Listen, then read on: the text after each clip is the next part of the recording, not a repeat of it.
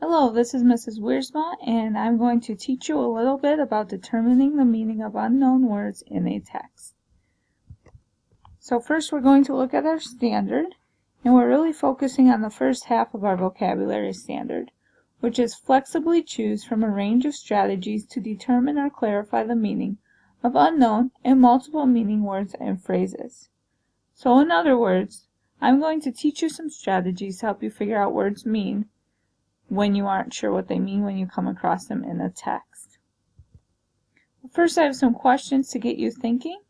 If you need more time to think as I ask these questions, just pause the video and think for yourself before you continue, because that thinking and processing is an important part of learning. So my first question is, which of the 6 traits of writing does our standard best fit with? In previous classes, you've learned that the 6 traits are ideas, organization, voice, word choice, sentence fluency, and conventions. So, determining meanings of words, which of the 6 traits does that fit with?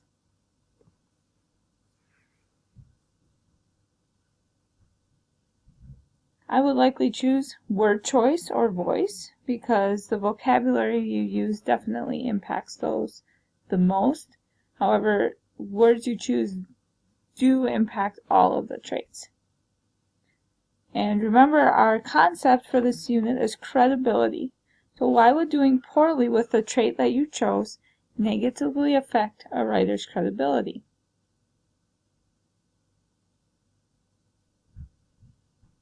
Well, if you choose words poorly for word choice, it might negatively affect your credibility as a writer because you might not be getting the right meaning across, or it might not be very clear, and that could hurt your credibility as a writer. So, we are going to use something called the REACH toolkit to help us figure out the meaning of unknown words. So if you notice along the left, we have the word REACH spelled out. And so these are different types of tools that you could use.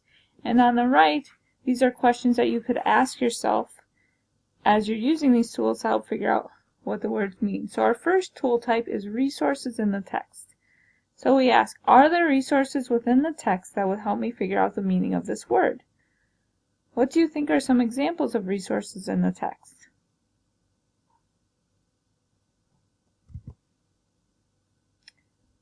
Some specific tools in this toolkit include footnotes and the glossary. So, here's an example of footnotes. You might have a paragraph, like this one about the Parthenon, with a little number up here. That's a footnote. And then you would go to the bottom of the page, and that number would correspond and give you more information about what was in the paragraph. Sometimes it even gives a definition of a word. So that's a footnote. You might also have bolded words in the text. So notice this is from a social studies textbook. Triangular trait is bolded. Well, if you flip to the back of the book, there's a glossary there that can give you the definition or description of what was highlighted. So resources in the text are tools that the writer specifically puts in the text to help you understand. Our next type of tool is probably the most popular as electronic resources. So would electronic tools be the best option for you? What do you think are some different options for electronic resources?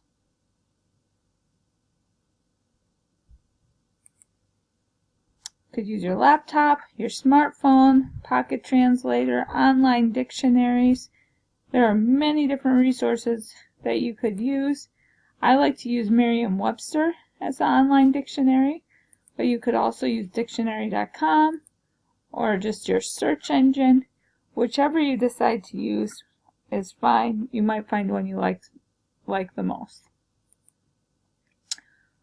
Our next type of tool is associations. Do I recognize any parts of the word? Do I know words that are similar to this one? The associations you might just automatically do without even realizing it. But here are some different parts of associations. You can use a dissect strategy, which most of you learned in middle school, where you're looking at prefixes, suffixes, and roots. You could look for similar words. You can look at what part of speech it is to help figure out what it means. For similar words, if you know another language like Spanish, and you know a word in that language and it looks similar to the English word that you're reading, that's using an association. So let's look at some examples.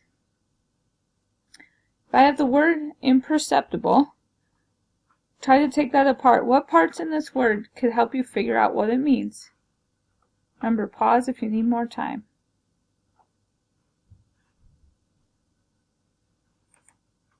So if I break it down, im means not, percept is the root, so im is the prefix, percept is the root. It's kind of similar to perceive, and able is the suffix that means able.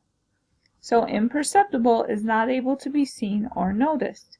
We figured it out by breaking the word down into its parts.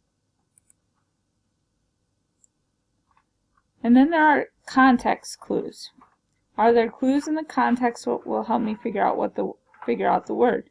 Context just means the words, the information around that word you're unsure of that puts it within a bigger whole. That's the context. So here are some examples. Here are specific tools. Sometimes there are definitions in the text itself, in the sentence even. Sometimes there are synonyms, antonyms, examples, connotations. So with context clues, you have to read around the word to get a better idea of what the word means. So here are some examples. This is from Nancy Clancy. Soccer practice had just ended. All I want is to be mediocre, Nancy told Bree. Mediocre meant being average or in the middle.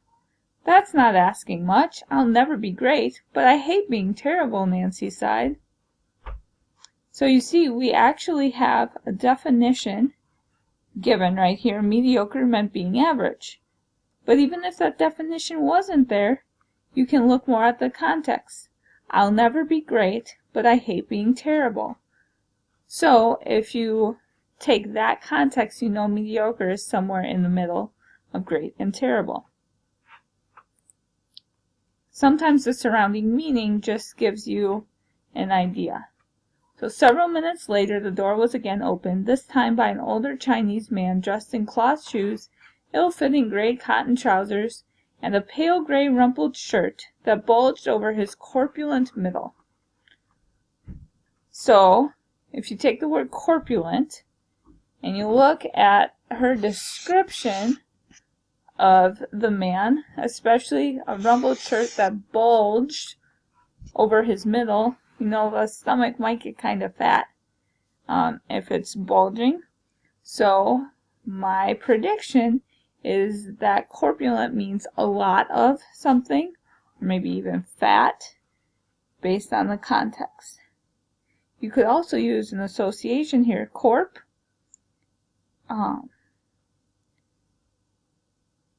like as in corpse, okay, so something to do with the body. You could also use prior knowledge and surrounding meaning. Each Sunday a different layman would meet with the congregation in the basement of the unfinished building. Pews were rows of flat-bottomed seats purchased from a defunct movie theater. So if we know anything about church and pews, we know we're thinking about rows of seats, and we think flat-bottomed, okay? We have movie theater here, so I'm thinking the seats that flip up when you stand up. And they were purchased from the movie theater, defunct. Just the way it sounds kind of negative, like not functioning anymore. So flat bottom would mean flipping up, defunct would be no longer functioning. And I can get that from my prior knowledge and the surrounding meaning. And your last type of tool is to ask for help.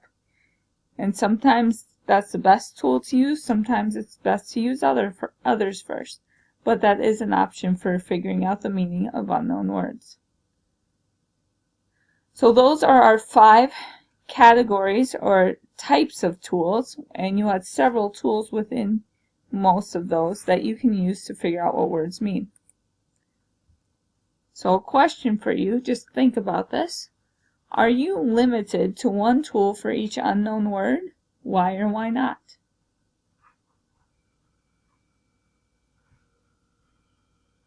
Absolutely not. You can use any combination of these tools to figure out the meaning of the unknown word. And remember, just because you figure it out or think you have it figured out doesn't mean that your prediction is correct. So depending on the importance of knowing the word, you might choose to just look it up in a dictionary, or you might choose to get a general idea of it from the context and associations and keep moving forward. It really depends on how important that word is to your understanding. So your assignment is to pay attention to conversations and things you read, bring one word to class that you didn't know before or were unfamiliar with, and be prepared to share what strategies you use to figure out the meaning of the word, and that is due tomorrow in class or the next time you have class. If you have any questions, please ask Mrs. Wiersma.